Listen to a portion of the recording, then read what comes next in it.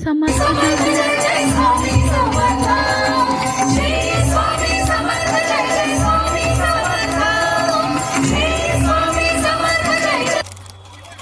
परमपूज्य गुरु माऊलींची तुला या ठिकाणी होते आहे.